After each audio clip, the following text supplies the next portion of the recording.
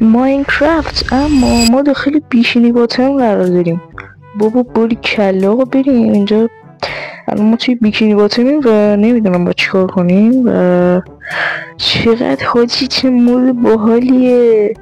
الان ما داخل بیکینی باتم قرار داریم. اینجا رستوران حاجیتون پلانکتون است. برو بیرون. اینجا ببینیم چه خبره. خود پلانکتون که نیست. واه حاجی این ورو چه جای خفنیه. بابا دم پلانکتون گرم. پلانکتون صوت سفیری بلبلی هیج علیت فامیلی. واه اینا رو میتونیم بخریم بشونیشون. پشمام حاجی اینا رو میتونی بزنی و بشونیشون اینطوری به چیز برن. این برم رستوران آقای چرخنگه اگه اشتباه نکنم. آقا صاحب یادتون نره بچه، صاحب یادتون نره. آقای چرخنگم که اینجا رستوران. این چیه؟ نه فکر کنم یه آدم، فکر کنم باب اسفنجیه.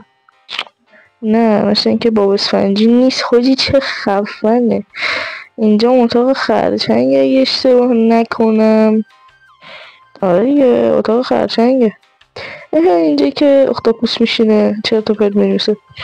و اینجا مجاقگاز آشپزخونه است. بابا باریکلا چه چیز هوشمندانه ساختن واقعا. دمشون گرم بشه.